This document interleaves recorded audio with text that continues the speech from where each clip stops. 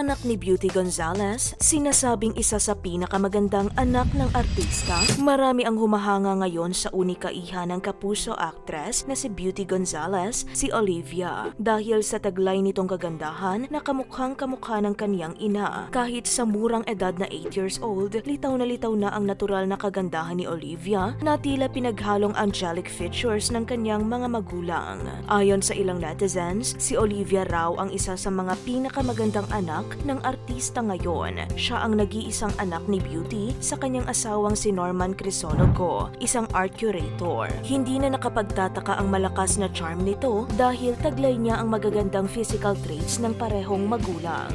Bukod sa kagandahan, hinahangaan din ang relasyon ng mag-ina. Makikita sa social media post ni Beauty kung gaano sila ka-close. Sa mga ibinabahagi nitong bonding moments nilang mag-ina na ipapakita kung gaano sila ka-close at nakatagpo talaga sila ng kaibigan sa isa't isa. Ayon kay Beauty sa isang interview, ang pagiging open at straightforward ang kanyang style of parenting. Ako, when I talk to my daughter, I talk to her like an adult. Hindi ko siya bine-baby talk. I talk to her like she would also understand how I feel and I would understand how she feels. So dinediretso ko siya. Aniya. Isang kwento pa ni Beauty ay noong nasa Paris sila, kung saan nahirapan si Olivia na makipaglaro sa mga French kids. Sa halip na tulungan agad ang anak, binigyan lamang niya ito ng payo. Sabi ko, it's not my problem. You should talk to them and play with them. Use your hands. Mag-sign language ka. Kwento ni Beauty. Pagbalik ni Olivia, natutunan na nitong magsalita ng French. Bukod dito, napansin din ng mga fans ang pagiging disiplinado ni Olivia. Nag-viral pa ang isang larawan nito habang naglalaban na nagpapakita ng pagiging humble at simple ng bata kahit lumaki sa marangyang pamilya. Masasabing espesyal ang relasyon ng mag-ina. Simula pa noong 2 months old si Olivia, sinasama na siya ni Beauty sa pagta-travel sa iba't ibang bahagi ng mundo, madalas nang walang kasamang yaya. Kwento ni Beauty, natututo siya bilang ina habang nakikita ang sarili sa kanyang anak. The best part is seeing yourself. Parang another version of you. Parang, oh, this is me.